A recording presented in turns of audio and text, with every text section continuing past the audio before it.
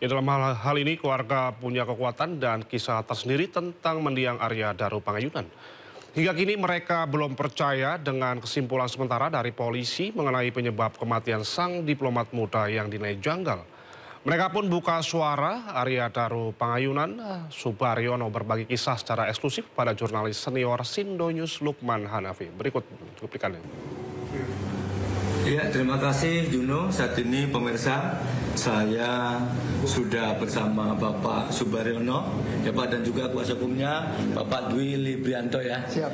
Nah, ini kita mau ngobrol-ngobrol karena tadi ketika konferensi pers masih ada yang belum disampaikan Pak ya. Dan ini akan disampaikan secara eksklusif ini bersama saya Pak Subaryono. Sebetulnya apa sih Pak dari kenapa Pak tadi kami lihat, kami pantau Bapak emosionalnya sangat tinggi. Kami paham bahwa memang duka itu sangat mendalam ya Bapak. Tapi ada yang lebih dari sekedar itu. Sebetulnya bisa ceritakan seperti apa Pak? Ya, karena kami itu hubungan batin yang sangat dekat dengan anak saya, Arya Daru Pangayunan, yang tadi sudah saya sampaikan bagaimana ibunya itu harus berjuang untuk bisa melahirkannya, dan kami berjuang dari nol untuk kemudian membina keluarga yang kemudian kami merasa bersyukur Daru bisa menyelesaikan pendidikannya dengan baik, meskipun kemudian tidak langsung mendapatkan pekerjaan yang baik, tapi kami bangga karena dia merintis mulai bekerja sebagai kantor bahasa Inggris. Meskipun dia bukan dari jurusan bahasa Inggris, dia hanya karena kemampuan yang otodidak karena dulu pernah di situ. Dan dia menikah, dia tidak mau mengganggu orang tuanya. Dia ingin mandiri untuk itu, sehingga dia berani kemudian memutuskan untuk bekerja di Myanmar sebagai local staff, meninggalkan istrinya yang sedang hamil dan ada kesulitan kehamilan. Jadi pada waktu itu juga ada pro kontra, kenapa sih kok tega-teganya meninggalkan itu. Tapi karena sebagai orang keluarga, ya ini memang suatu pilihan. Dan karena kami orang tua masih sanggup menjaga istrinya, ya kamu mau usaha ya itu suatu hal yang bagus, tidak menggantungkan kepada diri sendiri. Jadi dia berjuang dari nol, seperti kami juga dari nol, sehingga kemudian dia dari situ ada batu loncatan untuk menjadi local staff, yang kemudian dari pengalaman situ dia bisa lolos dari seleksi Kemenlu yang sangat ketat dan tahapannya banyak. Itu kan suatu kebanggaan bahwa untuk itu, sehingga kemudian hubungan kami menjadi sangat dekat. Kami sama-sama menyadari bahwa kita harus berjuang untuk kehidupan kita sendiri. Nah, begitu ini sudah ada suatu step perjuangan cukup panjang yang tanda petik ini ada buah manis yang akan segera kita panen gitu ya. Kasarnya seperti itu. Betul. Dan begitu dulu yang saya tadi ceritakan bagaimana dia harus bekerja di bahasa Inggris. Kemudian dia di PWNI yang kemudian juga harus bekerja di lapangan, di segala macam dengan waktu yang sangat bervariasi karena harus melayani itu. Nah, sekarang kan menjadi diplomat yang kemudian jam kerjanya relatif menjadi lebih teratur, di kehidupan keluarga yang lebih normal untuk itu, tapi tiba-tiba kemudian harus musnah. Itulah yang kemudian menjadi suatu pukulan besar, tidak hanya bagi saya, tapi bagi ibunya, bagi istrinya, karena kami keluarga yang sangat dekat, saling berkomunikasi selalu di dalam kehidupan itu. Itu yang kemudian kalau ditanya mengapa begitu emosi saya agak terkuras sampai kemudian juga terpuruk hampir lebih dari 1 bulan untuk bisa kemudian bangkit seperti ini. Pak, tadi ada sempat yang saya ingin tanya lagi, ini adalah satu-satunya hasil perjuangan si anak satu-satunya hasil perjuangan. Memang saat itu Bapak memang hanya dikirain satu putra atau sebetulnya sudah pernah, maaf bukan kami ini ya Pak, bukan luka, tapi apakah mungkin misalnya pernah anak satu tapi gagal, anak dua, gagal seterusnya sampai akhirnya mendapatkan Mas Daru ini anak keberapa mendapatkan secara urutan. Iya. Jadi ibunya Daru, kalau Daru manggilnya Mam, ya, itu yang pertama itu kehamilan bulan ketiga itu keguguran.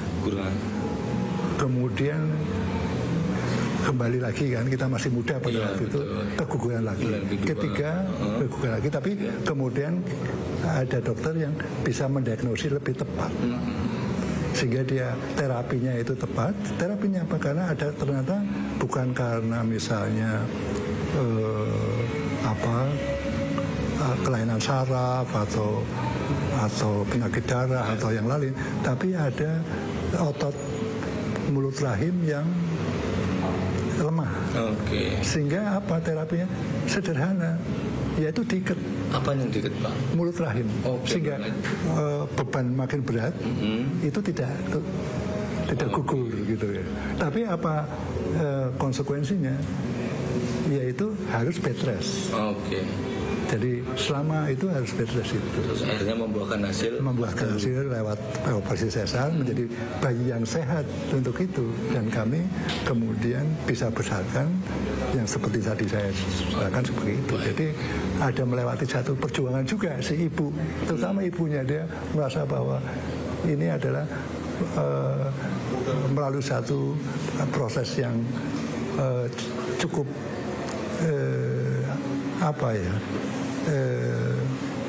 melelahkan, bisa dikatakan seperti itu, karena dia harus tinggal di situ, tidak bisa beraktivitas dengan bebas seperti ibu hamil yang sehat yang lain gitu. Jadi si ibu itu betul-betul merasakan bagaimana sulitnya pada waktu itu, hingga kemudian kedekatannya menjadi lain kan.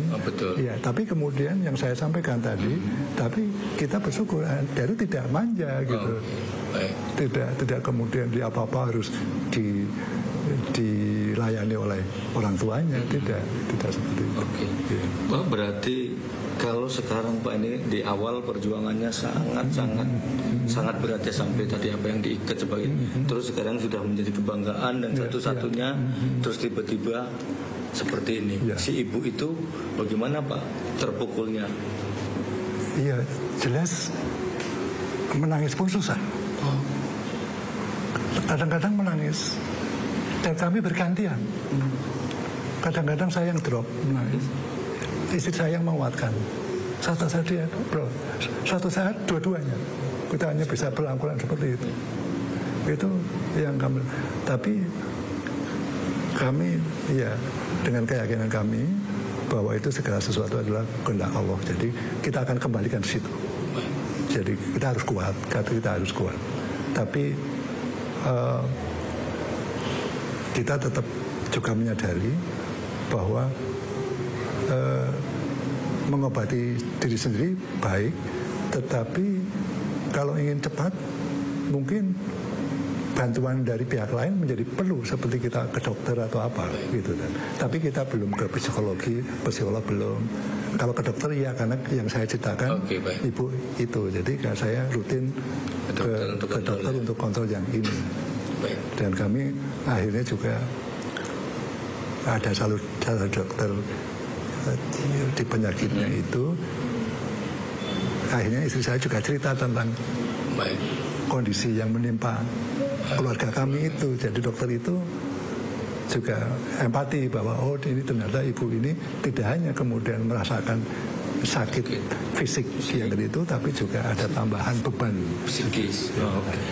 Baik Pak, saya kebentarnya Pak, kalau kan putra almarhum kan ada yang kecil-kecil ya. Nah itu dengan ayahnya sudah meninggal, apakah dua-duanya sudah sadar mengetahui atau masih ada yang mungkin menunggu karena tidak tahu kan?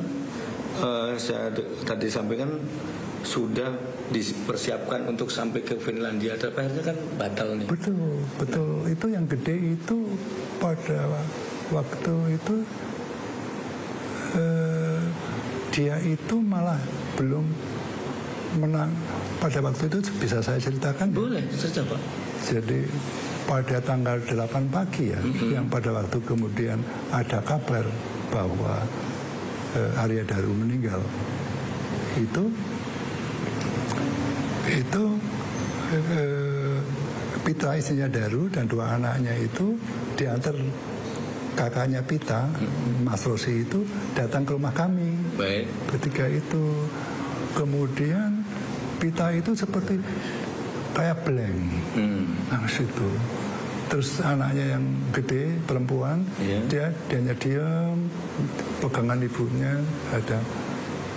Tapi kemudian, tapi kok si yang kecil, kami manggilnya Ai, dia seperti menahan kesedihan atau apa. Terus kita peluk sama Eyang Mam, Eyang putrinya Eyang Mam. Kenapa